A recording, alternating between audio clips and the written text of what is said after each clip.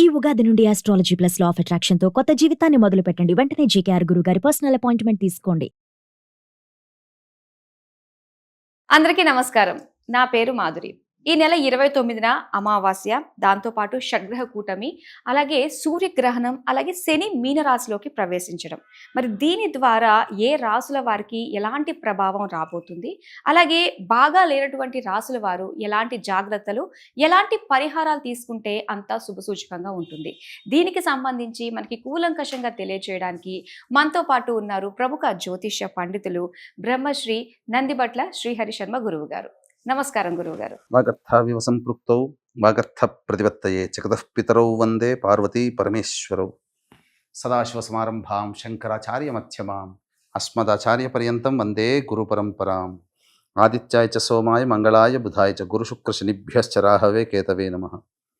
శృంగేరి జగద్గురు పీఠాధిపతులకి, కంచిపీఠాధిపతులకి నమస్కారములు తెలియజేసుకుంటూ కార్యక్రమాన్ని ప్రారంభిద్దాం. గురుగారు, మరి ఈ రకంగా అన్ని మనకి షడ్గ్రహ కూటమి, సూర్యగ్రహణం, దాంతోపాటు శని మీనరాశిలోకి ప్రవేశించడం, దీనివల్ల ప్రపంచం మొత్తం ఎలా ఉండబోతుంది అంటారు? ప్రధానంగా మనకు బృహత్పరాశర హోరాశాస్త్రం కానీ, బృహత్ సంహిత ద్వారా కానీ, అలాగే దైవ కాలజ్ఞానం అయినటువంటి ఈ యొక్క సంబంధించినటువంటి గ్రంథాల ద్వారా మనకు కొన్ని గ్రహాల కలయిక అనేటువంటిది, కొన్ని మార్పులు చేర్పులు అనేటువంటివి జరుగుతాయి.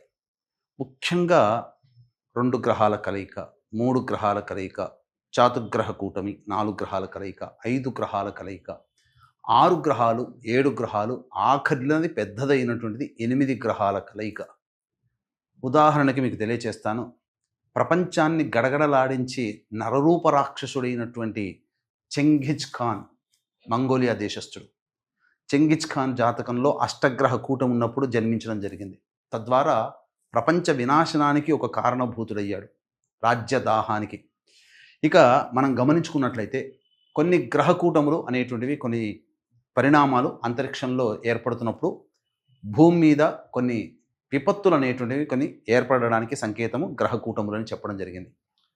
ఇక పంచగ్రహ కూటమి అనేటువంటిది ఏర్పడినప్పుడు ఏమవుతుంది? ప్రధానముగా పరిపాలకులకి ఇబ్బందికర పరిస్థితులు అనేటువంటివి ఏర్పడతాయి. అలాగే షట్గ్రహ కూటమి అనేటువంటిది ఏర్పడినప్పుడు ఏ రాశిలో ఆ షట్గ్రహ కూటమి ఏర్పడుతుంది, లేదా ఏ రాశిలో గ్రహ కూటమిలు ఏర్పడతాయో ఆ రాశికి సంబంధించినటువంటి దేశాలకి, ఆ దేశాన్ని పరిపాలించే రాజులకి, మరియు 4 కాళ్ళతో ఉండేటువంటి ప్రాణులకి చాలా విపత్తికర పరిస్థితులు ఏర్పడబోతాయి అని మనకు శాస్త్రం చేయబడుతుంది. ఇక మనకు ఈ మీన రాశిలో ఈ గ్రహ కూటమి ఏర్పడుతుంది. అలాగే దీనికి సంబంధించి మనం ఒక్కొక్క వారిగా వద్దాం. మనం గమనించుకున్నట్లయితే ఆ రోజున సూర్యగ్రహణం కూడా ఏర్పడుతుందమ్మా. 29వ తారీఖు మనకు అది 2 గంటల 20 నిమిషాల నుంచి 4 గంటల 30 నిమిషాలు మన భారతదేశ కాలమాన పరిస్థితుల ప్రకారం చూసుకుంటే. కానీ ఈ సూర్యగ్రహణం అనేటువంటిది మన భారతదేశంలో కనిపించదు. కాబట్టి భారతదేశంలో నివసిస్తున్నటువంటి మనలాంటికి ఎవ్వరికీ కూడా నియమాలు పాటించాల్సిన అవసరం లేదు. నియమాలు అంటే ఏంటి? ఇల్లు కడుక్కోవడము, పట్టు స్నానము, విడుపు స్నానం చేయడము, పూజలు చేసుకోవడము, అలాగే ఆహార పదార్థాలు అన్ని దర్భములు వేసుకోవడము, ఇలాంటివి, దేవతా విగ్రహాలు కడుక్కోవడము, పూజా మందిరం, ఇలాంటివి అవేవి మనం పాటించాల్సిన అవసరం లేదు. నియమాలు అంటారు. కానీ ఈ గ్రహణ ప్రభావం అంతరిక్షంలో ఎక్కడ ఏర్పడుతున్నా ఈ గ్రహణం అనేటువంటిది ఎవరికి జరుగుతుంది? సూర్యుడికి, చంద్రుడికి గ్రహణం ఏర్పడుతుంది. ప్రపంచానికి సూర్యుడు, చంద్రుడు ఒక్కరే కదా. అటువంటప్పుడు ఆ గ్రహణ ప్రభావం ఏర్పడుతుందో ఆ సందర్భంగా కొన్ని ఏ రాశులలో గ్రహణం ఏర్పడుతుందో ఆ రాశులకి బేస్ చేసుకొని కొన్ని రాశుల వారికి మంచి, కొన్ని రాశుల వారికి చెడు అనేది ప్రపంచవ్యాప్తంగా ఉంటుంది. అందరూ చాలా అనుకునే తప్పేందంటే, అజ్ఞానంతో అనుకున్నటువంటి తప్పేందంటే, మన భారతదేశంలో కనబడదు కాబట్టి మనకేమీ ఉండదు అని అంటారు. నియమాలు పాటించాల్సిన అవసరం లేదు. కానీ భారతదేశమే కాదు, ప్రపంచవ్యాప్తంగా ఇప్పుడు ఏ రాశుల్లో మంచి ఉంటే ఆ రాశుల వాళ్ళకి మంచి, ప్రపంచవ్యాప్తంగా ఏ రాశులలో ఇబ్బంది ఉంటే ఆ ఇబ్బంది అనేది కలుగుతుంది. ఇది సర్వసాధారణం. మానవుల జీవితాల్లో మంచి చెడు అనేటువంటిది సర్వసాధారణం. ఎప్పుడు తీపి వస్తువులు తీసుకుంటే 6 నెలల్లో శరీరం పాడైపోతుంది. ఎప్పుడు కారం వస్తువులే తీసుకుంటే 6 నెలల్లో శరీరం కృషించిపోతుంది. అట్లాగే ఇక్కడ ఎప్పుడు మంచి, ఎప్పుడు చెడు ఉండదు. కాకపోతే ఇలాంటి గ్రహణ సందర్భాలు కొన్ని అనేటువంటివి అంతరిక్షంలో ఏర్పడుతున్నప్పుడు, గ్రహ కూటములు ఏర్పడుతున్నప్పుడు అక్కడ జరిగేటువంటిది ఏంటంటే చెడు జరగాల్సిన దాంట్లో ఎక్కువగా చెడు జరగడం, మంచి జరిగే దాంట్లో ఎక్కువగా మంచి జరగడం జరుగుతుంది. ఇక అది మీనరాశిలో ఏర్పడుతుంది.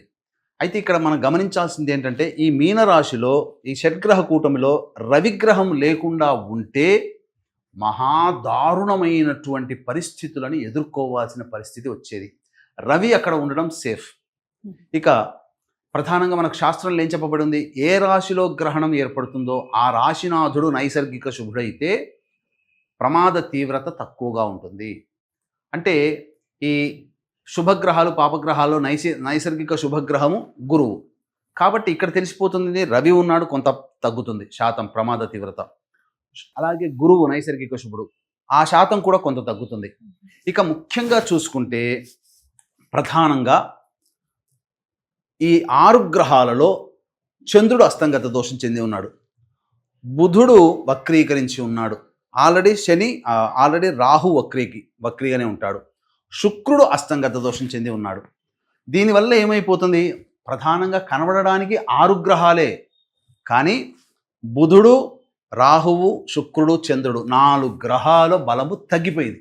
ఓకే. దీనివల్ల ఏమైపోతుంది, ఉన్న 6 గ్రహాల్లో 4 గ్రహాల బలం తగ్గిపోయినప్పుడు శని అప్పుడే ప్రవేశం చేస్తాడు. 29వ తారీఖు రోజునే ప్రవేశం చేస్తున్నాడు.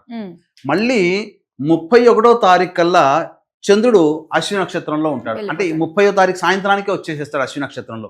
అంటే ఈ గ్రహ కూటమి ప్రభావం ఎన్ని రోజులు ఉంటుంది, మహా అయితే 1.5-2 రోజుల వరకు మాత్రమే ఉంటుంది. కాబట్టి ఎవ్వరు కూడా ఆందోళన చెందాల్సిన అవసరం లేదు. కాకపోతే దీని ప్రభావం వలన కొన్ని విపత్కర పరిస్థితులు అనేటువంటి ఉంటాయి. ప్రపంచవ్యాప్తముగా ఎక్కడ ఇబ్బందికరంగా ఉంటుందంటే ఈ యొక్క జలతత్వం అనగా ఇంకొక ఎక్స్ప్లెనేషన్ కూడా తెలియజేస్తాను. ఈ రాశ్యాధిపతి అయినటువంటి గురువు రోహిణి నక్షత్రంలో ఉండడం అనగా శుభ నక్షత్రంలో పడ్డాడు. ఈ మీన రాశ్యాధిపతి అయినటువంటి గురువు చంద్రుడి నక్షత్రంలో ఉండడం.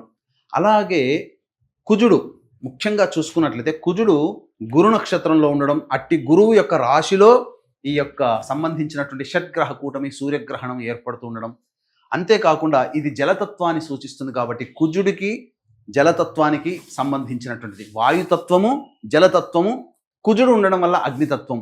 అంటే ఏమైపోయింది, ఒక భూతత్వం తప్ప జలతత్వం యాడ్ అయింది, అలాగే వాయుతత్వం యాడ్ అయింది, అగ్నితత్వం యాడ్ అయిపోయింది. అంటే ఏంటి, సముద్రము లోపల ఎక్కడో 1000 కిలోమీటర్ల కింద అగ్నిపర్వతములు బ్రద్దలయ్యే అవకాశం ఉంటుంది. అంతేకాకుండా కుజుడు భూతత్వానికి కారకుడు, అలాగే అగ్నితత్వానికి కూడా కారకుడు కాబట్టి భూ ప్రకంపనలు అంటే భూకంపాలు పెరిగేటువంటి అవకాశం మనం చూస్తూనే ఉన్నాం. మనకు జమ్మూ కాశ్మీర్లో కూడా 5.2 రిక్టర్ స్కేల్తో భూకంపం ఏర్పడింది ఒక 4-5 రోజుల కిందట.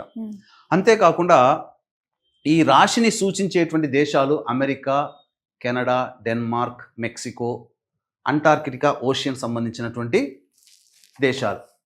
కాబట్టి విపత్తు అమెరికా ఎక్కువగా ఉంటుంది. కారణం ఏంటంటే చంద్రగ్రహణము మరియు సూర్యగ్రహణానికి విక్టిమ్ దేశం ఏదయ్యా అంటే అమెరికా. ఎందుకంటే ఈ 2 గ్రహణాలు అమెరికా దేశంలో కనిపిస్తున్నాయి. ఆల్రెడీ చంద్రగ్రహణం అయిపోయింది కాబట్టి దీని తత్వంగా అమెరికా నగరంలో యుద్ధ వాతావరణం కానీ భయోత్పాతాలు కానీ అమెరికా పరిపాలించే నాయకుడికి కానీ అమెరికా వల్ల ప్రపంచంలో ఇతర దేశాల వాళ్ళకి కానీ ఇబ్బందులు ఎదుర్కొంటుంటారు. ఇది చెప్పదగినటువంటిది. కాబట్టి ఇప్పుడు మనం చూసినట్లయితే అనేక జలచర జీవులు ఒడ్డు మీదకి వస్తున్నాయి. కనబడినటువంటి వింత జీవులు ఇప్పుడు కనబడుతున్నాయి. అంటే ఎక్కడో నీటి లోపల ఉండాల్సిన జీవులు పైకి వస్తున్నాయి అని అంటే నీటి లోపల ఏదో అలజడి జరగబోతుంది. సునామీలు రావచ్చు, భూకంప తీవ్రతలు రావచ్చు, ఇవన్నీ జరిగే అవకాశం ఉంటుంది. ఇది మనము కొట్టి పారేయవలసినటువంటి అవసరం లేనటువంటి చర్చ. ఎందుకనంటే ఖచ్చితంగా ఈ గ్రహ కూటమి మనం జ్యోతిష శాస్త్రం ద్వారా మనం తెలుసుకుంటాం, అదే సైంటిస్టులు రీసెర్చ్ చేసి తెలుసుకుంటారు. మనకి వాళ్ళకి పెద్ద తేడా ఏమి లేదు. కాకపోతే గ్రహ కూటమిని అనుసరించి మన మహర్షులు అందించినటువంటి విజ్ఞానం ప్రకారం ఇలా జరగబోతుంది భవిష్యత్తులో అని చెప్పబడుతుంది. ఇది ప్రపంచానికి జరిగేటువంటి విపత్తుగా మనం చెప్పుకోవచ్చు. ఇక భారతదేశం విషయానికి వచ్చేసేసరికి మీనరాశి ఈశాన్య రాష్ట్రాలకు సంబంధించినటువంటి దేశము.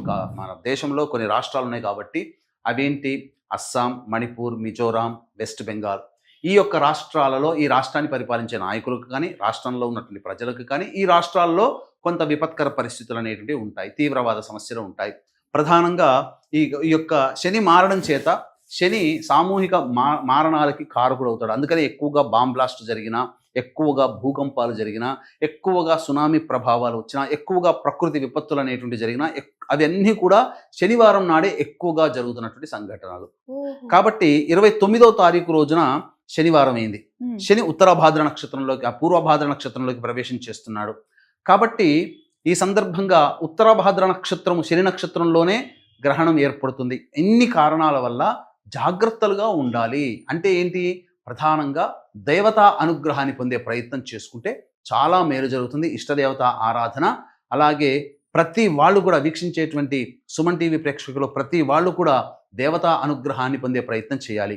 కాబట్టి ఇట్టి దేవతా అనుగ్రహం మీ వంతు ప్రయత్నంగా మీరు చేయడం. ఎందుకనంటే ఏ సమస్యకైనా పరిష్కార మార్గాలు 2 ఉంటాయి. ఒకటి మానవ పరిష్కారం, 2 దైవ పరిష్కారం. మానవ పరిష్కారంగా మీరు ఇష్టదేవత ఆరాధనని కుటుంబ సభ్యులందరూ కూడా ఈ యొక్క గ్రహణ ప్రభావం అనగా శని మార్పు చెందుతున్నటువంటి రోజు అనగా ఉగాది నుంచి లెక్క వేసుకొని చైత్ర వైశాఖ మాసంలో 2 నెలల పాటు ఖచ్చితంగా మీరు ఇష్టదేవత ఆరాధన ప్రతి నిత్యము కుటుంబ సభ్యులందరూ చేయవలసినది. తప్పకుండా దేవతానుగ్రహం కలుగుతుంది. అంతరిక్ష దేవతల యొక్క అనుగ్రహం ఈసారి రావాలి. ఎందుకనంటే చాలా బలవత్తరమైనటువంటి సమయము. ఆ సమయంలో గ్రహాలు మనకు కీడు, కొంతమందికి కీడు, కానీ ఆ కీడులో నెగిటివ్లో కూడా మంచి. ఎందుకనంటే ఒక చాకుని మంచికి ఉపయోగించవచ్చు, కూరగాయలు కట్ చేసుకోవచ్చు. అదే చాకుని మారణ హోమానికి కూడా వాడవచ్చు. కాబట్టి చెడుగా అందరూ చెప్తున్నటువంటి ఇట్టి షట్గ్రహ కూటమిని మంచిగా మనం ఆ గ్రహాల ఇచ్చేటువంటి శుభ ఫలితాలని ఒడిసి పట్టుకోవడం అనేటువంటిది 2 నెలల పాటు మీరు మీ ఇంట్లో ప్రతి నిత్యము కూడా దేవతా ఆరాధన చేసుకోవడము, అలాగే ప్రతి నిత్యము కూడా దేవతా ఆరాధనతో పాటు ఇటువంటి దైవ కార్యక్రమాలు అనగా మన పీఠమాధ్యంలో జరిగే కార్యక్రమంలో మీకు ఇష్టం ఉంటే నమోదు చేసుకోవచ్చు. దైవానుగ్రహాన్ని పొంది తరించవచ్చు. గురుగారు, షడ్గ్రహ కూటమి గురించి అలాగే సూర్యగ్రహణానికి సంబంధించి ప్రపంచ వ్యాప్తంగా ఇలాంటి విపత్తు నుంచి బయటపడడానికి ఎలాంటి సులువైన మార్గాలు మనం పాటిస్తే మంచిదా అన్న విషయాలు చాలా చక్కగా తెలియజేసినందుకు ధన్యవాదాలు. సర్వం శ్రీ ఉమామహేశ్వర పరబ్రహ్మార్పణమస్తు.